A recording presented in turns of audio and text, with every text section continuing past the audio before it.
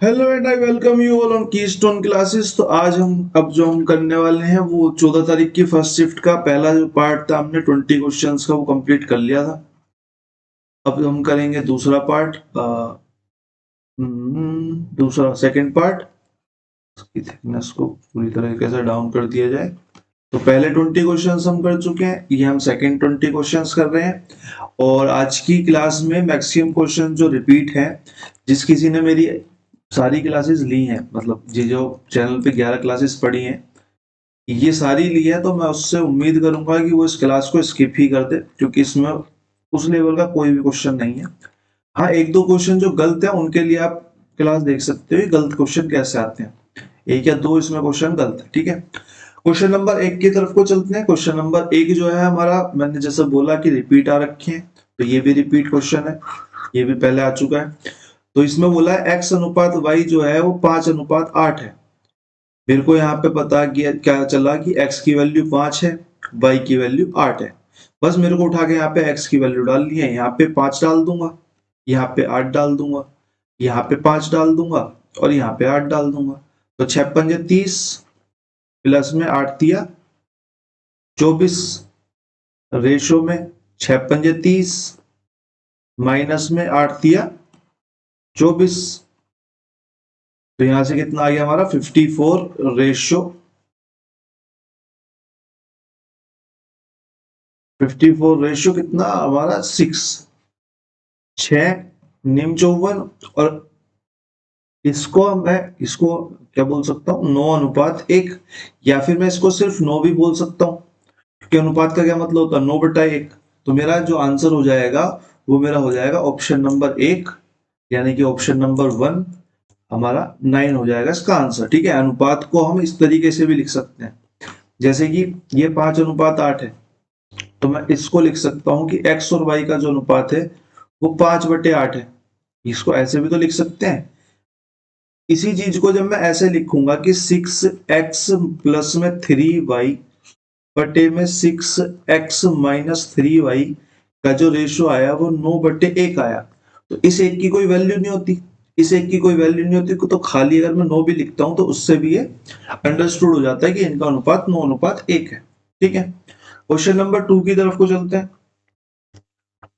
Question number 2 हमारा क्या कह रहा है।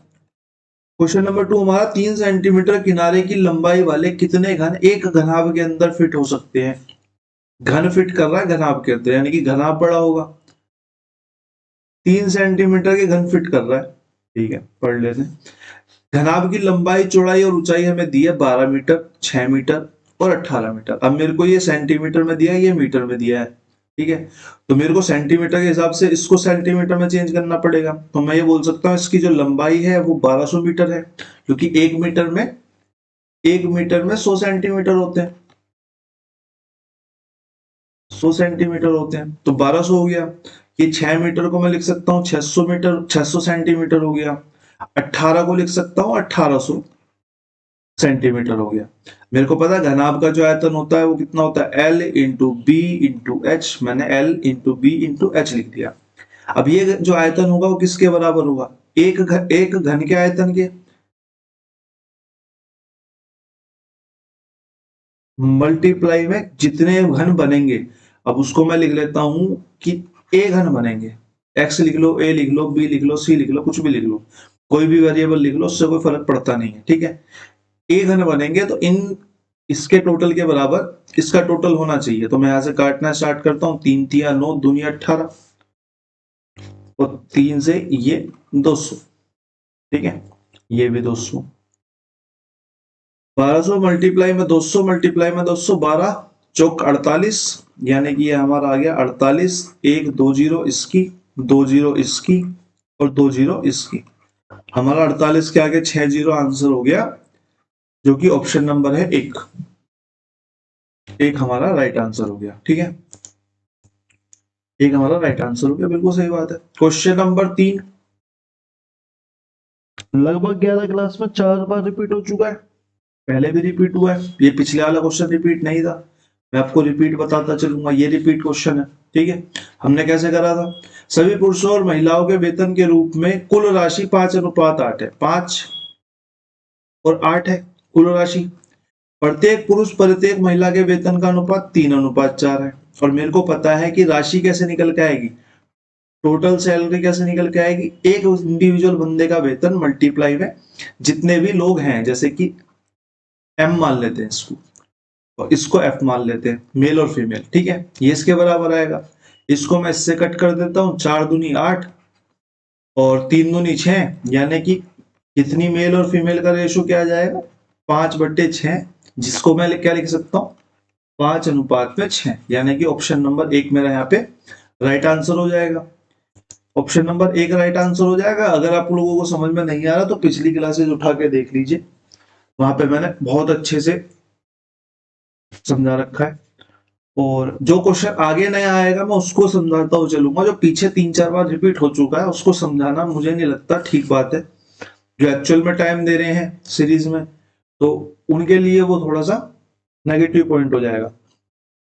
हर क्वेश्चन को वही 4 मिनट लेके समझाऊं, तो मैं क्वेश्चन नंबर 3 को इतना ही कराता हूं क्योंकि ये रिपीट है। अब मैं क्वेश्चन नंबर 4 की तरफ को चलता हूं। क्वेश्चन नंबर 4 एक्चुअल में रिपीट नहीं है, ठीक है, ये रिपीट क्वेश्चन नहीं है, लेकिन नॉर्मल से क्वेश्चन है। राजा को 25% छूट पर एक कुर्सी मिली, ठीक है, 25% छूट पर एक कुर्सी मिली।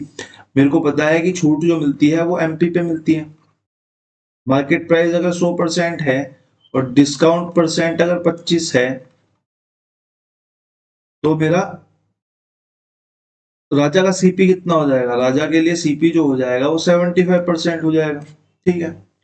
उसके बाद मेरे को यहाँ क्या पता चला, यदि राजा को कोई छूट नहीं मिलती, यानी कि 100 की 100 पे ही मिलती, तो राजा को 175 रुपए अधिक चुकाने पड़ते। भाई जितना डिस्काउंट मिल रहा था उतने ही तो अधिक चुकाने पड़ेंगे, यानी कि मेरे को इसने 25% की वैल्यू बोल दी है 175 रुपीज है। यही तो कहना चाह रहा है ये। भाई अगर 25% की छूट ना मिली होती तो उसे 175 रुपए ज्यादा देने पड़ते, सीधी सी बात है। तो राजा ने कुर्सी के लिए कितना भुगतान किया, लेकिन राजा ने भुगतान तो इतना करा था, यानी कि 25% की जो वैल्यू है उसने 175 रुपीज बोली है। तो 75% की वैल्यू कितनी आएगी, 25 दिया 75, 175 की भी 3 में मल्टीप्लाई कर दो, तो 525 हमारा राइट आंसर आ जाएगा। 525 यानी कि ऑप्शन नंबर 3 हमारा यहाँ पे करेक्ट आंसर हो जाएगा। ऑप्शन नंबर 3 हमारा यहाँ पे करेक्ट आंसर हो जाएगा। एक बार इरेज करके देख लेते हैं, ऑप्शन नंबर 3 हमारा यहाँ पे करेक्ट आंसर हो गया, ठीक है, सिंपल सा क्वेश्चन था। क्वेश्चन नंबर 5 की तरफ को चलते हैं। क्वेश्चन नंबर 5 अभी तक लगभग 3 बार रिपीट हो चुका है, तो ये भी रिपीट क्वेश्चन है, इसको भी फटाफट करते हैं। एक हवाई जहाज 4 घंटे में 280 किलोमीटर की गति से एक निश्चित दूरी तय करता है। तो भाई मैं अगर टोटल डिस्टेंस की बात करूं तो मेरे को टाइम दिया हुआ है 4 घंटे और स्पीड दी हुई है 280 किलोमीटर प्रति घंटा। तो मेरे को यहाँ से पता चला कि इनका जो टोटल डिस्टेंस है वो आया 0, 8 चौक 32 का 2, 3 हासिल और 4 दूनी 8 और 3 11, 1120 किलोमीटर टोटल डिस्टेंस है। समान दूरी को 4/5 घंटे में तय करना है। समान दूरी को 4/5, बट्टे का 5 ऊपर मल्टीप्लाई में 5 चला जाएगा तो स्पीड निकल के आ जाएगी, है ना भाई। भाई अगर मैं बात करूं distance is equal to time multiply में स्पीड, और मेरे को स्पीड अगर मैं टाइम को नीचे लेके चला जाता हूं तो speed equal to distance upon में टाइम, हमने यही वाली बात करी है यहाँ पे। डिस्टेंस के बटे में टाइम डाल दिया 4/5, तो हमारी स्पीड निकल के आएगी। तो 4 से अगर मैं इसको काटूंगा तो ये 280 मल्टीप्लाई में 5 बराबर में 1400 किलोमीटर प्रति घंटा हमारा यहाँ पे राइट आंसर हो जाएगा, ऑप्शन नंबर 2, ठीक है। ये भी 2-3 बार रिपीट हो चुका है क्वेश्चन अभी तक 11 की सीरीज में। बहुत ज्यादा रिपीटेशन होता है डीएसएसबी में, तो आप इसको माइंड में रख के चले, ठीक है। क्वेश्चन नंबर 5 के बाद हम चलते हैं क्वेश्चन नंबर 6 की तरफ। एक टंकी में 2 पाइप है, एक टंकी में 2 पाइप है, 2 पाइप है, एक इसे 36 घंटे में भर सकता है। ये क्वेश्चन रिपीट नहीं है, 1 घंटे एक 36, लेकिन नॉर्मल सा क्वेश्चन है। एक टंकी में 2 पाइप है, 36 घंटे में भर सकता है, यानी कि मैं इसको प्लस बोल लेता हूँ। दूसरा इसे 20 घंटे में खाली कर सकता है, खाली कर सकता है तो मैं इसको माइनस का बोल देता हूँ, माइनस का पाइप है, ठीक है। यदि दोनों पाइपों को एक साथ खोल दिया जाए तो टंकी कितने समय में खाली हो जाएगी, जबकि टंकी 1/5 भाग पहले से भरी हुई है, पहले से ही पानी भरा हुआ है उसमें, ठीक है, पहले मेरे को पता करना पड़ेगा टंकी की एक्चुअल कैपेसिटी क्या होगी। तो हम कैपेसिटी के लिए क्या करते हैं, मैं इसको ए और बी मान लेता हूँ।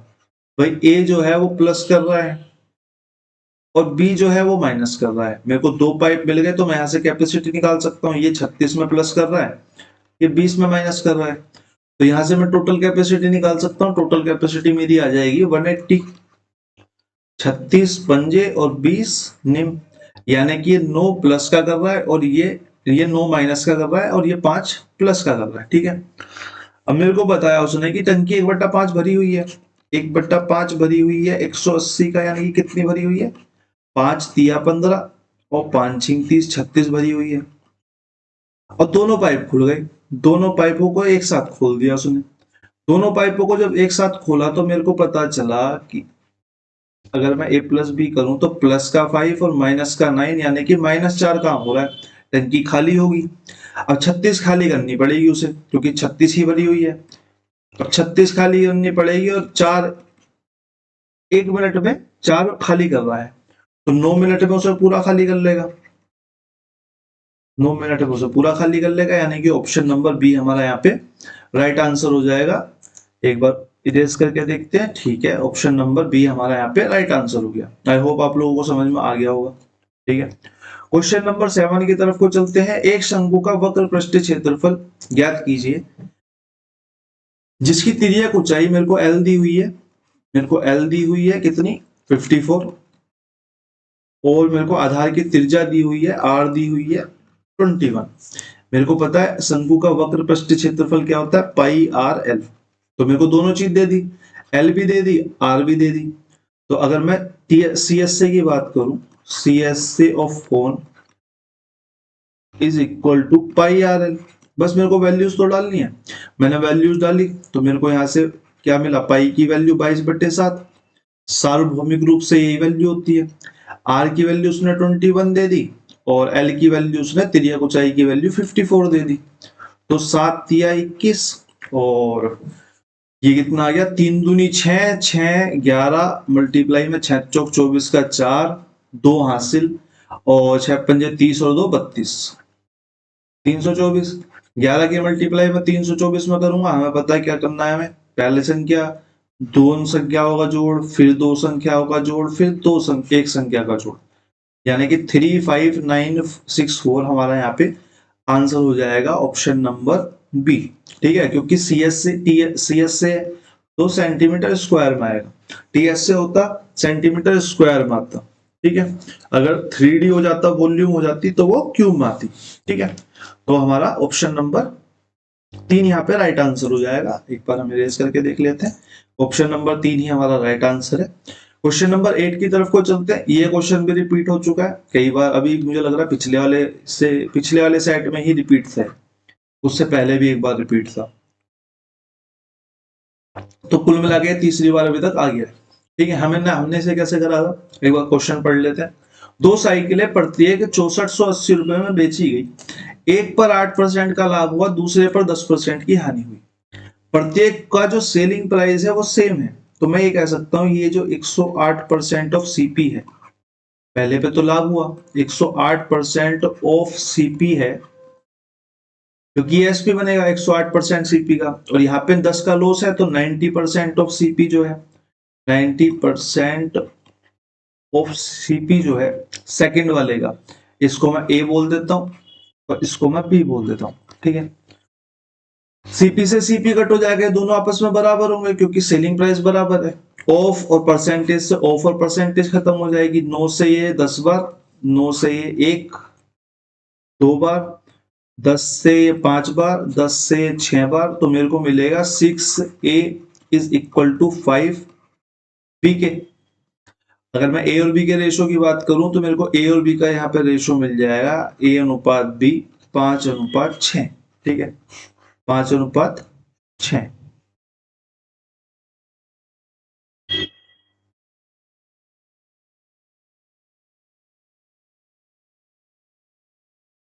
या इसको मैं वैसे भी कर सकता हूँ, ए और बी वाले फॉर्मूले में भी रख के हो जाता है शायद।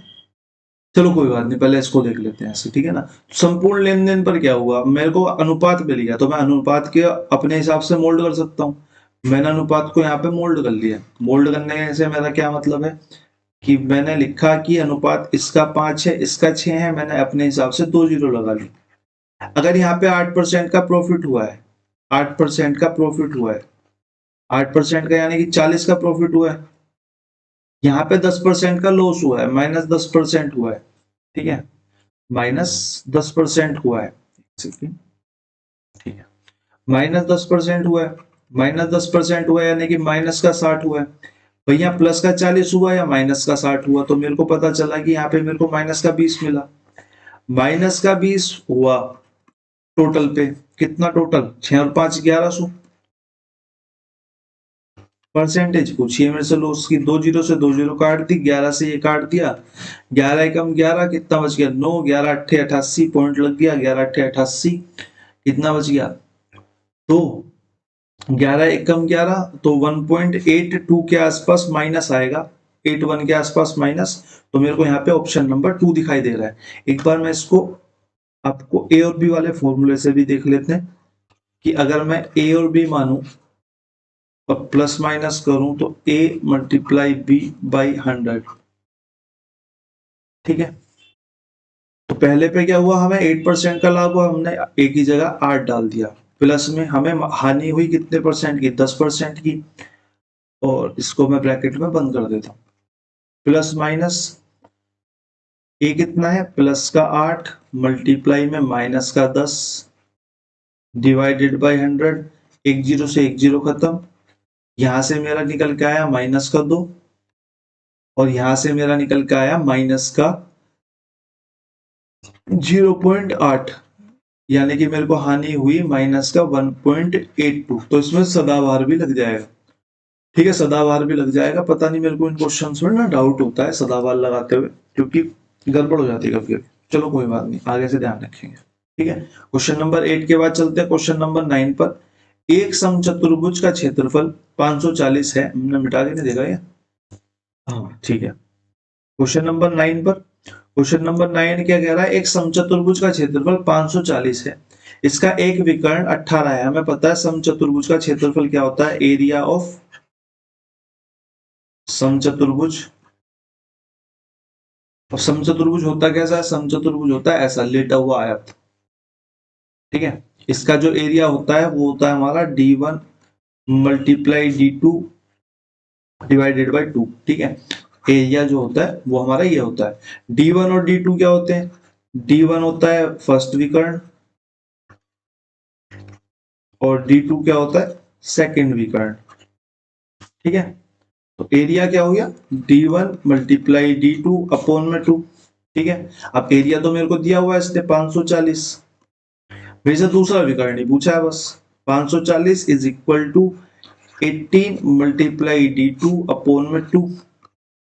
अगर मैं इसको आगे देखूं तो 11 18 तिया 54 30, तो यहां से मेरा कितना आएगा, d2 is equal to 60 centimetre is going to be our answer, option number 3, ठीक है। आई होप आप लोगों को समझ में आ गया होगा। ऑप्शन नंबर 3 हमारा राइट आंसर है। क्वेश्चन नंबर 10 की तरफ को चलते हैं। क्वेश्चन नंबर 10 हमारा 4 से 5 बार रिपीट हो चुका है, तो इसको तो मैं रहने देता हूँ, इसको तो आप खुद ही प्रैक्टिस करो, ठीक है। नहीं तो ये पिछली क्लास में ही रिपीट हुआ था, आप वहां से देख लो, ठीक है। क्वेश्चन नंबर 11 पे चलते हैं। ए और बी किसी एक कार्य को क्रम से 120 दिन और 160 दिन में कर सकते हैं, 120 दिन और 160 दिन में कर सकते हैं।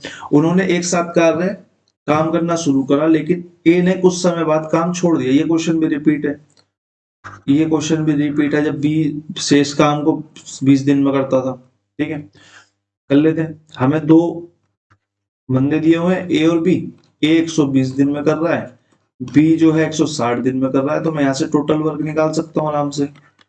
टोटल वर्क मेरा कितना आ जाएगा, 12 दूनी 24, 12 तिया 36, 12 चौक 48 और 16 तिया 48। तो ये इनका एक दिन का काम आ गया। अब उसने बोला बी ने शेष काम 20 दिन करा। अगर बी ने आखिरी के 20 दिन काम करा तो मेरे को पता चला कि बी ने उन 20 दिनों में 60 काम कर लिया। बाकी बचे हुए दिन ए और बी ने साथ में काम करा था, तो ए और बी ने जो साथ में काम करा था वो 420 काम करा था। और ए और बी जो है एक दिन में 7 काम करते हैं मिलकर कुल मिला के। तो उन्होंने साथ मिलके कितने दिन काम करा था? 60 दिन काम करा था। बस इतना सिंपल सा सॉल्यूशन था। ठीक है, कई बार पहले भी कर चुके हैं, तो इससे ज्यादा की जरूरत नहीं है। अब 12वां नंबर क्वेश्चन 10वीं क्लास में या 11वीं क्लास में आपका आया हुआ था पहले भी, तो आपका वही क्वेश्चन है,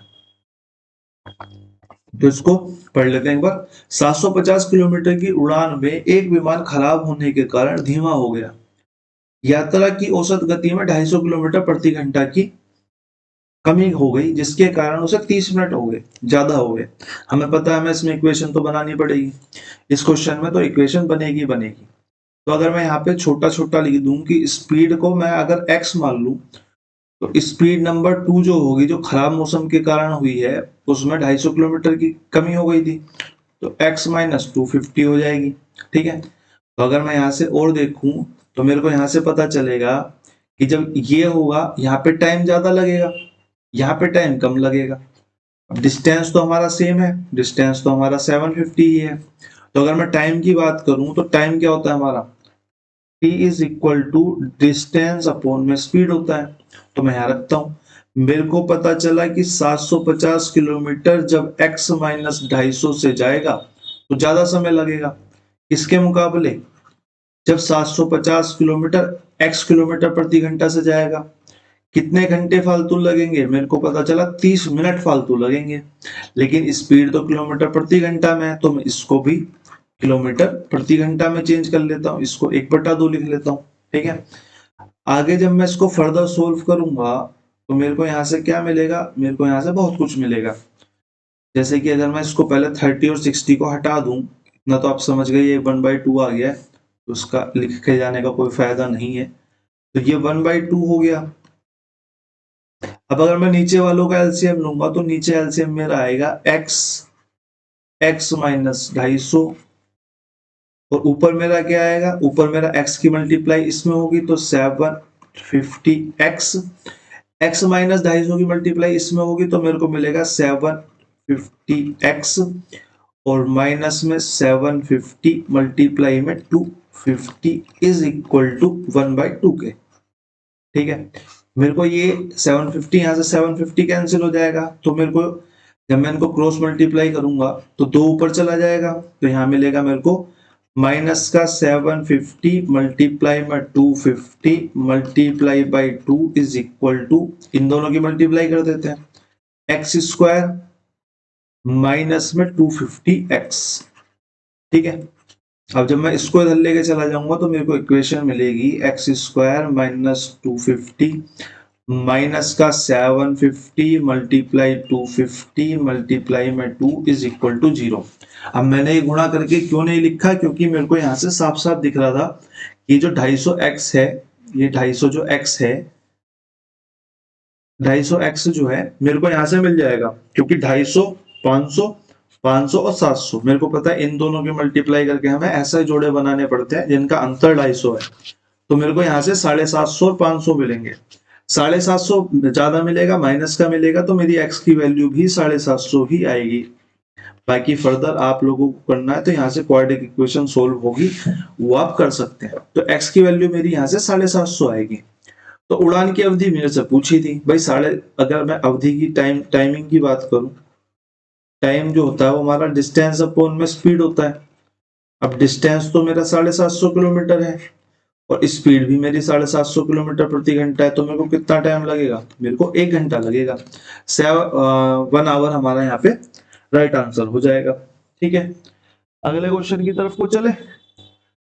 पहले भी रिपीट है, मैं दोबारा बता देता हूँ। तो हमारे लगभग 5 से 12 में से लगभग 7-8 तो रिपीट ही आ चुके हैं, 4 ही हमारे अलग हैं। ठीक है, क्वेश्चन नंबर अगला देख लेते हैं। बहुत ही सिंपल सा क्वेश्चन है, बोट एंड स्ट्रीम का।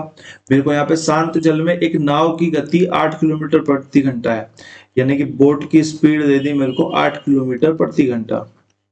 ठीक है, यदि धारा के विपरीत नाव की गति 4.5 किलोमीटर प्रति घंटा है। धारा के विपरीत यानी कि मैं अगर बोलूं तो बोट माइनस में क्या होगा? करंट होगा। बोट माइनस में करंट की जो स्पीड है वो 4.5 किलोमीटर प्रति घंटा है। तो धारा की गति याद कीजिए, तो धारा की गति मैं निकाल सकता हूँ। मेरे को एक जगह बोट है मेरे पास, एक जगह बोट माइनस करंट है, तो यहाँ पे बोट की अगर मैं वैल्यू डाल दूं 8 माइनस में सी यानी कि करंट की वैल्यू यानी कि 4.5 किलोमीटर पर आवर, सी को मैं इधर ले जाऊं 4.5 को इधर ले जाऊं तो मेरे पास बचेगा 3.5 इज इक्वल टू सी। और मेरे से करंट ही पूछा था यानी कि धारा ही पूछा था, तो हमारा ऑप्शन नंबर 4 यहाँ पे राइट आंसर हो जाएगा। और क्वेश्चन नंबर 12 का हमने वो नहीं 4 आंसर ठीक है, यहाँ से हमने इरेज नहीं करा तो हम इसको इरेज कर लेते हैं, 60 मिनट आ जाएगा। अरे और भी इरेज नहीं करे मैंने, सॉरी ये तो मैंने उस पर दे दिया था। और ये वाला क्वेश्चन यहाँ से हो जाएगा 11 12 13 14 पाते हैं। 188 को एक सेकेंड 188 को दो भागों में इस प्रकार विभाजित किया गया है कि पहले का पांचवा भाग दूसरे के आठवें भाग 3/4 के अनुपात में है। ठीक है, पहले भाग क्या होगा, देखो ये क्वेश्चन गलत है, मैं आपको पहले डिस्क्लेमर दे दूं, शायद इंग्लिश में ठीक हूं, मुझे नहीं पता। 128 के दो भागों में इस प्रकार विभाजित किया जाता है कि पहले भाग का पांचवा भाग दूसरे भाग के आठवें भाग, नहीं सही है क्वेश्चन, ठीक है गलत नहीं है, ठीक है सही है, 3/4 है का अनुपात जो है वो 3/4 है। पहला भाग का पांचवा भाग ऐसी कह रहा है, अनुपात की बात कर रहा है तो मैं बट्टे में रख लेता हूं। दूसरे भाग को मैं अगर बी मान लू तो उसका आठवां भाग जो है वो बराबर है किसके, 3/4 के। आगे मैं फर्दर सोल्व कर लेता हूं, आगे जब मैं फर्दर सोल्व करता हूं इसको तो मेरे को यहां से क्या मिलता है, a/5 अपॉन में b/8 इज इक्वल टू 3/4। अब ऊपर ऊपर अंदर अंदर की मल्टीप्लाई, बाहर बाहर की मल्टीप्लाई, तो ये क्या मिलेगा मेरे को, 8a अपॉन में 5b इज इक्वल टू 3/4। और कटेगा कुछ नहीं, मुझे तो नहीं लग रहा कुछ कटेगा, तो यहां से मेरे को मिलेगा, यहां लिख देता हूं, यहां से मेरे को मिलेगा a/b इज इक्वल टू 8 चौक 32 और 5 दिया 15 अपॉन में 32, 3 और 1 4 47 और 4 चौक 16 7 चौक 28। ठीक है, मेरे को a की वैल्यू यहाँ पे 15 मिल गई, b की वैल्यू यहाँ पे 32 मिल गई। ठीक है, लेकिन मेरे को इसने पूछा पहला भाग क्या होगा, पहले भाग के लिए मेरे को एक्चुअल वैल्यूज निकालनी पड़ेगी। अब मेरे को पता है a और b का जो टोटल है वो 188 है, मेरे को यहाँ से क्या पता है कि a और b का टोटल जो है 188 है, लेकिन मेरे हिसाब से कितना, 5 और 2 7 है, तो 188 7 और 3 और 1 4 47 के बराबर। 47 से जब मैं से काटूंगा तो ये 4 पे कट जाएगा। ठीक है, ये हमारा 4 पे कट जाएगा, 4 पे कट जाएगा यानी प्रत्येक की वैल्यू में अगर मैं 4 की मल्टीप्लाई कर दूं तो उनकी एक्चुअल वैल्यू आ जाएगी। तो मैं जब इस 32 में 4 की मल्टीप्लाई करूंगा तो मेरे को मिलेगा 4 दूनी 8 4 दूनी 12, और पहला भाग यानी कि एक ही बात कर रहा था, 4 से मल्टीप्लाई करूंगा तो मेरे को पहला भाग क्या मिलेगा, मेरे को पहला भाग मिलेगा यहाँ पे 60। ठीक है, तो ऑप्शन नंबर 3 हमारा यहाँ पे राइट आंसर हो जाएगा, ऑप्शन नंबर 3 हमारा राइट आंसर हो जाएगा। इरेज करके देख लेते हैं, ये आपका क्वेश्चन रिपीट नहीं था जैसे कि लगभग सारे आ रहे हैं, और अच्छा क्वेश्चन था। ठीक है, अगले क्वेश्चन की तरफ को चलते हैं। अगला क्वेश्चन हमारा क्या कह रहा है, अगला क्वेश्चन हमारा कह रहा है कि एक वर्ग और एक आयत का क्षेत्रफल बराबर है। ठीक है, और आयत की लंबाई वर्ग की किसी भुजा की लंबाई से 5 सेंटीमीटर अधिक है, चौड़ाई 4 सेंटीमीटर कम है। तो ये क्वेश्चन भी पहले आया हुआ है, ये भी क्वेश्चन रिपीट है, ये तीसरी बार है, ये रिपीट हो चुका है। अभी तक की 12 क्लासेस में लगभग आपको 50% क्वेश्चंस रिपीट मिलने स्टार्ट हो गए। मुझे आपका पता नहीं आपने पूरी 12 क्लासेस करी या नहीं करी, लेकिन मुझे लगभग 50% क्वेश्चंस जो है वो रिपीट मिलना स्टार्ट हो गए हैं। यही सबक जो है, यही तरीका आपका हर सब्जेक्ट में काम करेगा। हर सब्जेक्ट में आप देखोगे कि अगर आप मान के चलो कि उस साल में हुए या उससे रिसेंट में हुए पेपर्स 25-30 लगा लेते हो तो आपको मैक्सिमम क्वेश्चंस रिपीट मिलना स्टार्ट हो जाएंगे, तभी तो मेरिट बढ़ती है। आप लोग करते नहीं हो, दुनिया करती रहती है, बस यही फर्क है। ठीक है, तो रिपीटेशन तो बहुत जरूरी है। क्वेश्चन पढ़ लेते हैं। एक वर्ग और एक आयत है, मैंने पहले भी कराया था ये क्वेश्चन, ऐसे ही कराया था। एक इसको वर्ग मान लो, इसको आयत मान लो, ठीक है, थोड़ा सा गड़बड़ लग रहा है। अब वर्ग की सारी भुजाएं बराबर होती है तो मैं इसको भी ए बोल देता हूँ, इसको भी ए बोल देता हूँ, इसको भी ए बोल देता हूँ, इसको भी ए बोल देता हूँ। अब उसने बोला आयत की लंबाई वर्ग की किसी भी भुजा की लंबाई से 5 सेंटीमीटर अधिक है, यानी कि ए प्लस में 5 है, और चौड़ाई कम है, यानी कि ए माइनस में 4 है। ये ए माइनस में 4 है। अब उसने क्या बोला है, वर्ग और आयत का क्षेत्रफल बराबर है। वर्ग और आयत का क्षेत्रफल बराबर है। अब वर्ग का क्षेत्रफल क्या होता है, मेरे को पता है, इसका क्षेत्रफल होता है ए स्क्वायर, साइड का स्क्वायर। इसका क्या होता है, एल इंटू बी। एल की जगह मैं डाल देता हूँ ए प्लस में 5, बी की जगह डाल देता हूँ मैं ए माइनस में 4। अब इनको सोल्व करना स्टार्ट करते हैं। तो ए स्क्वायर इज इक्वल टू, इसकी पूरे में मल्टीप्लाई होगी तो ए स्क्वायर माइनस 4a प्लस में 5a माइनस में 20, और ए स्क्वायर से ए स्क्वायर कैंसिल हो जाएगा, यहां से कितना आएगा, एक ए, और ये 20 जो है दूसरी तरफ चला जाएगा, तो मेरे को यहाँ से वैल्यू कितनी मिल जाएगी, ए की वैल्यू मेरे को यहाँ पे 20 मिल जाएगी। लेकिन मेरे से ए तो नहीं पूछा, मेरे से पूछा है कि आयत का परिमाप क्या होगा। आयत का परिमाप क्या होता है, आयत का परिमाप मेरे को पता है, आयत का परिमाप मेरे को पता है कि आयत का परिमाप होता है हमारा 2l प्लस बी। तो 2l प्लस बी हमारा क्या हो जाएगा, अब यहां से मेरे को l और b चाहिए। अगर मैं a की जगह यहाँ पे वैल्यू डाल दूं तो मेरे को यहाँ से वैल्यू कितनी मिलेगी, 25।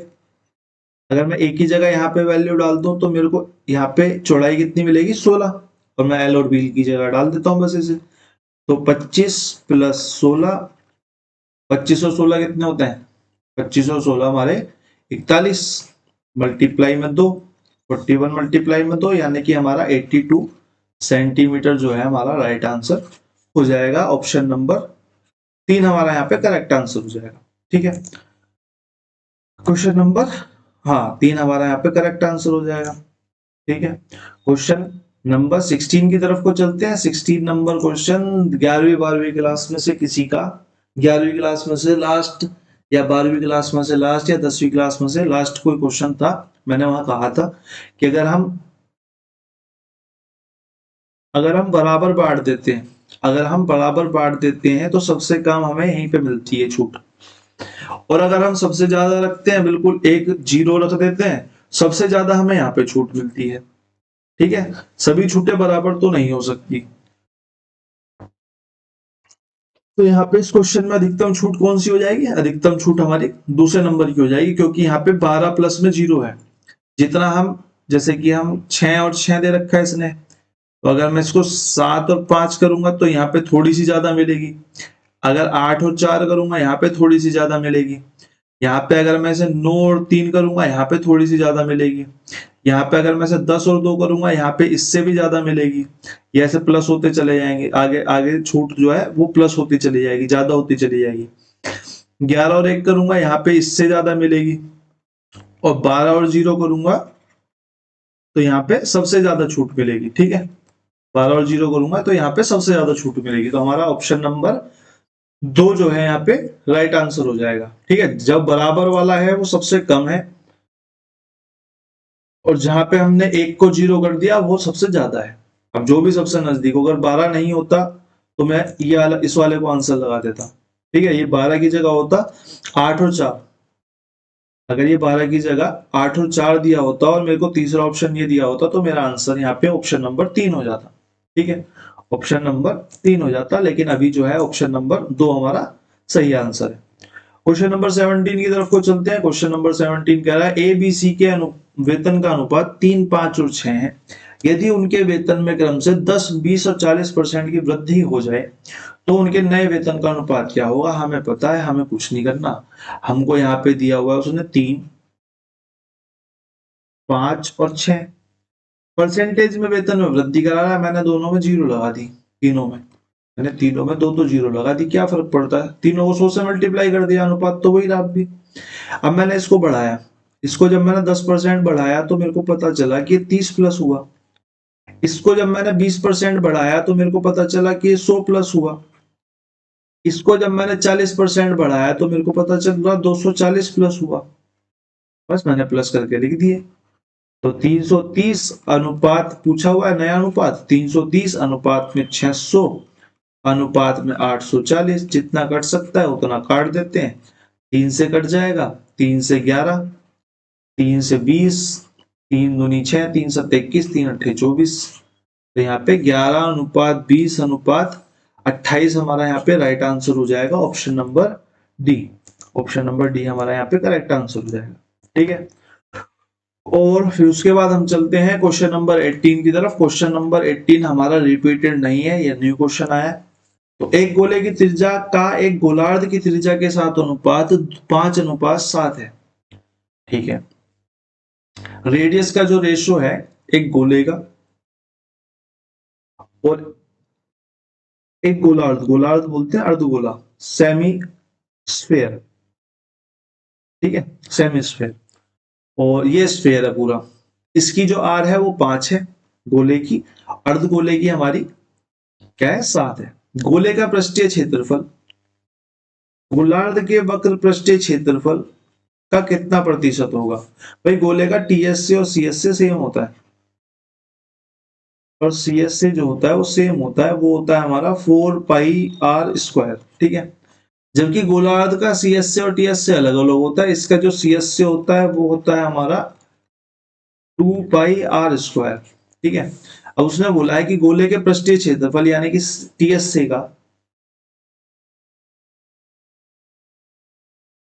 का गोलार्ध के वक्र पृष्ठीय क्षेत्रफल यानी कि सीएसए से कितना प्रतिशत अधिक होगा? भाई प्रतिशत ही तो निकालना, मुझे परसेंटेज ही तो निकालनी है। तो मैंने कहा अनुपात भी तो ले सकता हूं कि अगर मैं बोल दूं कि टीएसए ऑफ स्फीयर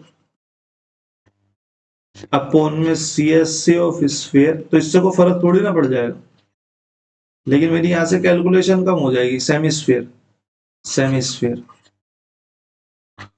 ठीक है, ऐसे लिख देते हैं। तो मैं यहाँ पे वैल्यू डाल देता हूँ। मेरे को टीएस से पता है कितना होता है, 4 पाई आर स्क्वायर अपॉन में 2 पाई आर स्क्वायर, लेकिन ये आर तो अलग अलग है। आर की जो वैल्यूज हैं वो अनुपात में भी अलग अलग है, क्योंकि अनुपात दिया हुआ तो मैंने अनुपात ही निकाल लिया। तो 4 मल्टीप्लाई में पाई से पाई कट हो जाएगी, आर स्क्वायर डाल देता हूँ इसमें, तो मेरे को पता चलेगा 25। यहाँ पे डालूंगा तो 7 का 2 मल्टीप्लाई 49, ये इससे कट हो जाएगा 2 बार, तो मेरे को यहाँ से क्या मिलेगा, इनका अनुपात जो मिलेगा 50 और 49 का मिलेगा। अब मेरे से पूछा कितने प्रतिशत अधिक होगा? परसेंट में अधिक होगा गोले का पृष्ठीय क्षेत्रफल, तो मुझे गोले के पृष्ठीय क्षेत्रफल को 100 के बराबर मानना पड़ेगा। तो मैं एक काम करता हूँ ना, मेरे को 50 दिख रहा है, मैं ऊपर नीचे 2 की मल्टीप्लाई कर देता हूँ। एरिया में तो कोई फर्क, उसमें अनुपात में तो कोई फर्क ही नहीं पड़ता अगर मैं ऊपर नीचे मल्टीप्लाई करता हूँ। तो मेरे को पता चलता है गोले का जो टीएस से है वो मेरा कितना आ गया 100, और सीएस से जो सेमी स्फेयर का है वो मेरा आ गया 98। अब मेरे को साफ साफ दिख रहा है यहाँ पे 2% का अंतर है, या फिर मैं इसको बोलूं यहाँ से 2 का अंतर है। 2 का अंतर है, किस पे तुलना करवाई थी? टीएस से ऑफ स्फेयर पे, डिवाइडेड बाई 100 मल्टीप्लाई बाई 100, तो भी मेरा 2% ही आता है। ठीक है, ये हमारा यहाँ पे राइट आंसर हो जाएगा। आई होप आप लोगों को ये क्वेश्चन समझ में आया होगा। अगर 3-4 बार आप अपने आप कर लोगे तो आपको ये क्वेश्चन समझ में आ जाएगा, या फिर 2-3 बार आगे रिपीट हो जाएगा, तब इसके साथ बेटर अंडरस्टैंडिंग आपकी हो जाएगी। ठीक है, एक बार ऑप्शन में उठा के देख लेते हैं। हमारा 2% यहाँ पे राइट आंसर हो गया, 2% यानी कि option number 2। Question number 19, question number 19 फिर से हमारा मेंसुरेशन का क्वेश्चन। एक और मेंसुरेशन का जब भी क्वेश्चन डालते हैं तो कैलकुलेशंस थोड़ी बढ़ जाती है, थोड़ी सी बढ़ जाती है। एक लड़की 84 सेंटीमीटर त्रिज्या वाले एक वृत्ताकार तार यानी कि गोलाकार तार की बात कर रही है, से एक वर्गाकार आकृति बनाना चाहती है। वर्ग यानी कि जिसकी चारों भुजाएं बराबर हो, वृत्त यानी कि सर्कल। अब कोई आकृति से आकृति बनाना चाहता है, यानी कि उसकी परिधि को चेंज कर रहा है, यानी कि इस गोले पे जितनी रस्सी खींची जा सकती है उसी रस्सी से चारों भुजाएं बना रहा है। अब इस गोले पे जो रस्सी खींची जा सकती है मेरे को पता है, उसको निकालने का फॉर्मूला होता है 2 पाई आर, और इस चकोर चौखंडे पे जो रस्सी खींची जा सकती है इसका फॉर्मूला होता है 4 इंटू साइड।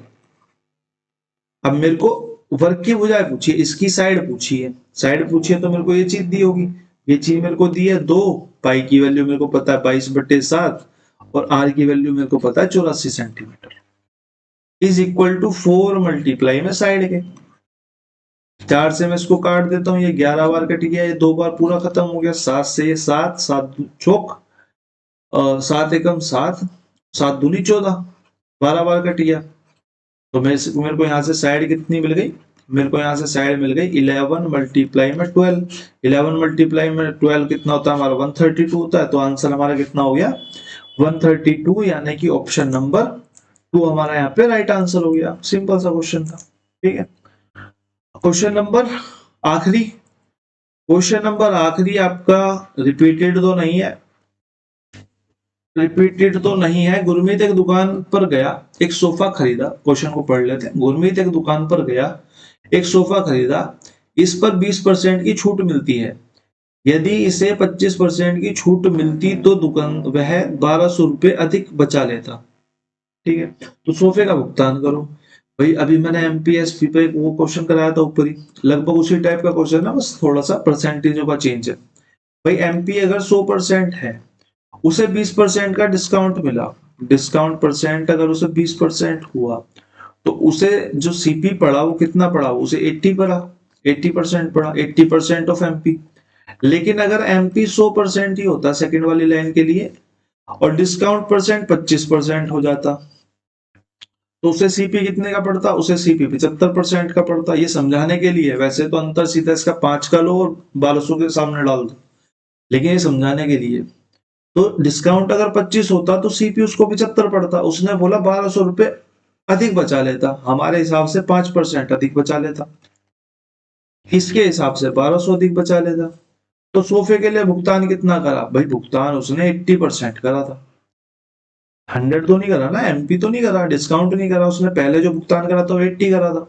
तो मैं इसको 80 बना लेता हूँ, 5% की वैल्यू अगर 1200 है तो 80% की कितनी हो गई 1200 बटे में 5 मल्टीप्लाई में 80, परसेंटेज से परसेंटेज कैंसिल हो जाएंगी, तो 5 दूनी 10, 8 दूनी 16, 16 से 160 और 16 दूनी 32, 192, यानी कि 80% की वैल्यू कितनी होगी, भुगतान कितना करेगा 19200, हमारा यहाँ पे राइट आंसर हो जाएगा ऑप्शन नंबर बी।